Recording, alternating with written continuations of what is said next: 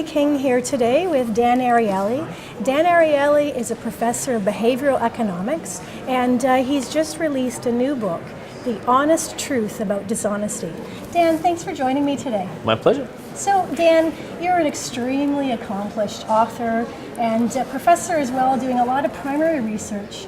And now you've gone from predictably irrational on the upside of irrationality to honesty. Yes. How did this path happen?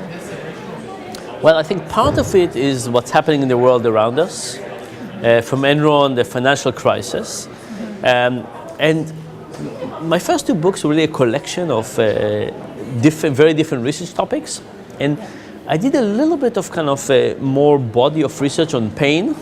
That's right, But this is the first topic that I felt was both kind of interesting, theoretical to do a lot of projects on, as well as practically incredibly important. So, the world around us just convinced me that dishonesty is much more important, and we better study to a bigger depth, and this is basically the outcome of that.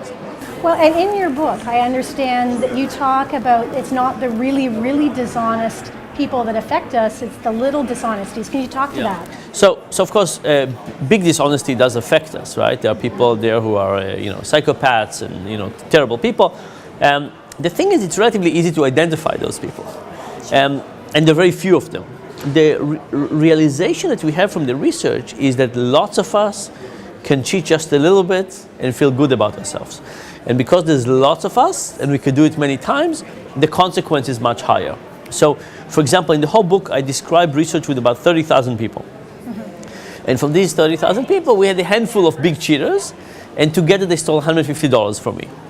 At the same time, we had 18,000 little cheaters that stole about $36,000 from me. And I think that probably gives you kind of a sense, sure, there's some big cheaters out there, but from the economic consequences, it's much, much smaller compared to all the small lies that accumulate all the time. And there's a lot of examples of that, especially when people borrow from things at work, aren't there? Yes. So, this is all about kind of rationalizing. It's about taking pencils from work and doing extra things and office supplies and not returning extra money. Expense report are like a celebration for dishonesty. And then, of course, it happens in the government level too, right? What are expenses that you can have as a public official, and what are the ones that you cannot? And it happens in taxes. What's deductible? What's not deductible? All of those gray scales create lots of opportunities to be dishonest. Now, you found something really interesting, though, that even atheists, when they were asked to swear on the Bible, then were more honest. Yeah. So the bad news is a lot of people cheat just a little bit. The good news is that shrinking this dishonesty is not that difficult. Okay. So when we ask people to try and recall the Ten Commandments, and even when we get atheists to self-declare, to swear on the Bible, cheating drops down. And you can think to yourself, imagine you were in a situation that you could benefit slightly if you were dishonest, and you just went through an experience of putting your hand on the Bible and swearing. How would you feel just after that? And even if you're atheist, you might say, I just thought about my ethics. It doesn't feel as good. And that's actually what we find. These minor changes at the point where people are about to be tempted to be dishonest can be incredibly effective. So is this something, how do we bridge this knowledge into the business world, and small businesses especially, to help maximize employee performance? Yeah, so I think there's kind of two kind of general ways to think about it. One is when we think about the timeline, we say there's kind of your background, your ideology, morality, there's the point of temptation, and there's punishment after the fact. Yes. And usually we say, as long as there'll be the big punishment, nobody will commit a crime.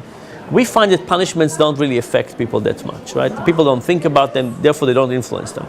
What we need to think about is ethical training up front. How do we get people to adhere to some code of conduct in principle? And then we need to think about how we get people to do it at the moment of temptation. Okay? So what kind of moral reminders do we have? If I went through your day, let's say you worked for me, and I said, at which point in time are you tempted? Yep. And how do I think about this moment of temptation, and how make you more connected to your ideology and morality at those moments? That's the first thing. The second thing is to realize that dishonesty is about conflicts of interest, right? When you have a motivation to see reality in a different way. Look, every sports fan knows that if you see your team against another team, and the referee calls a call against your team, you think the referee is evil, vicious, stupid, something, right? Yep. You have a motivation to see reality in a certain way, and that's how you will see it. So the first thing is we need to identify what are the places where you have a motivation to see reality not in the right way. And you could be a stockbroker, you could be a physician, a dentist, in all kind of profession, there's this biased motivation. Then the second thing is to think about fuzzy rules. Okay. When you have fuzzy rules, there's lots of ways to interpret them. As the rules become more clear and crystal, you know if you're on this side or on that side. And finally, there's rationalization. To what extent can you tell yourself a story that what you're doing is actually okay? So if you think about both of these kind of frameworks, I would work on the ideology, the moral ideology of the organization, and about the moment of temptation. And then from the second framework, I would try to eliminate conflicts of interest, think about strict rules, and think about how we eliminate the ability to rationalize all kind of misbehaviors as if they're good. Okay, so take social media, because a lot of employers struggle with employees stealing little bits of time to do personal things during the workday. Yeah. And you walk in and the employee flicks the screen and you're pretty sure they had something they shouldn't have had up.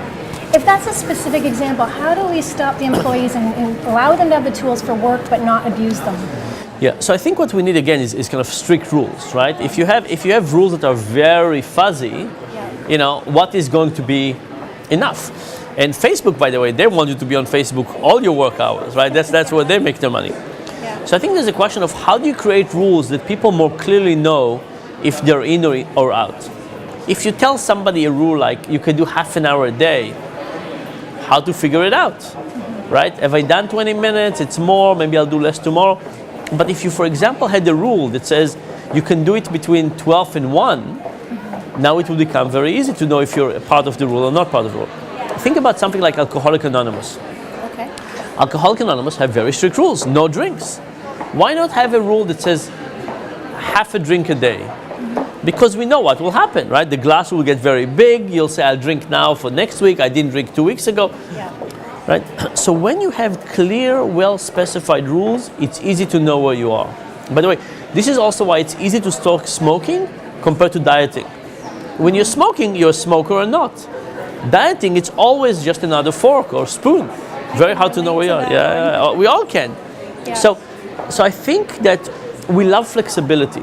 We say if we give flexibility, people can judge for themselves. People can judge for themselves. They can also make the wrong judgments. So does this cross over into the idea of us being predictably irrational and the way that we use emotions a lot of times to guide our decision making? Yeah. So you think about somebody sitting there. Again, take social media. They're having a hard time. Something is not as clear. Something is a bit challenging. They have a very easy escape into something else, right? So at that point, would you keep on struggling with something, or would you take the easy escape? Maybe you take the easy escape, and then what?